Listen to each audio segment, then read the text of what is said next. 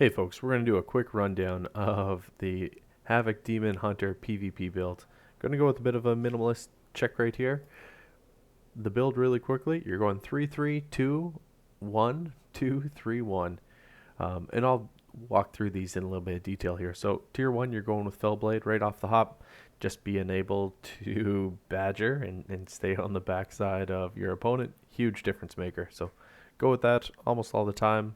You'll see about a quarter of the time people go with Blind Fury. It's easy to take the additional Fury during any kind of I-beam, but for me, Fellblade is my preferred build. About 3/4 of the time in Tier 2, you'll see Demon Blades is the preferred way to roll. Easy to take additional damage and generate some Fury. The only other potential on this tier is actually Insatiable Hunger, and that's just getting a little bit more damage, a 20% buff to your Demon's Bite. So not a bad way to go either way. Tier 3 is almost exclusively Unbound Chaos at this point, basically taking advantage of your Immolation Aura and getting that buff on your Fel Rush because you're using it so often. Makes a huge difference. That's pretty much the way to go with this build. You'll see like a tenth of the time Glaive Tempest used, but not very often. It's quite opponent specific.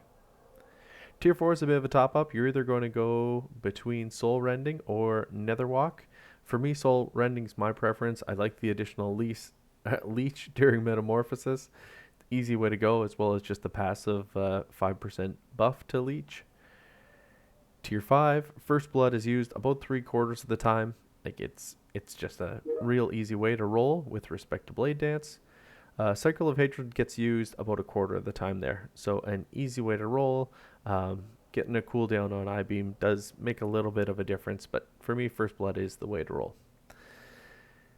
Tier 6, Fell Eruption is where you want to go. Just basically having an additional stun there is a real solid difference maker. And then finally, Demonic for me is a great way to roll. I don't see anyone using a whole lot other.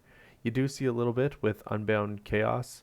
Some momentum builds still today, but still relatively rare. Over 90% of the time you're seeing Demonic as the go-to. For PvP talents, Cover of Darkness is absolutely the most popular and effective talent.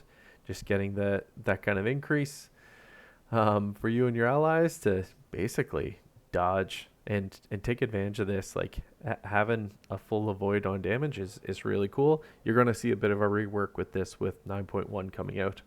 Reverse Magic is another staple. Basically being able to clear yourself or purge all the harmful magical effects that are on you and your allies and send them back to the original caster are fantastic when you're playing against those caster specs that are out there. You really come down to just two more PvP talents here. Mortal Rush is what I use most of the time. Basically getting that increase in damage from your Fel Rush, basically applying a mortal wound, reducing the healing effectiveness of enemy healers, and then finally Detainment. Depending on what you're really who you're playing with at the moment, what the other class is, Detainment can be fantastic. Basically being able to imprison one such as the enemy healer while you go after your kill target. Now for Covenants, Night Fae is absolutely the way to go. Like it's just dramatically the most popular and most effective of all the Covenants out there. From a legendary perspective, Collective Anguish is definitely the head and shoulders preferred legendary. So casting I-beam summons an allied Vengeance Demon Hunter who casts Fell Devastation. Ton of fun. And then if you're actually using this in Vengeance, casting Fell Devastation summons an allied Havoc Demon Hunter who casts I-beam. So why not just bring more Demon Hunters to the party, right? Darkest Hour is an easy way to roll. It's just basically an auto cast or trigger when you're for your darkness when you're below 35% health. So a bit of a passive approach, but easy way to live. Finally, Chaos Theory and Burning Wound are kind of the other go-tos that you'll see. So only real 4 legendary pieces if you'll see them in PvP. Last but not least, hey, we're always trying to stack up as much stamina and agility as we can.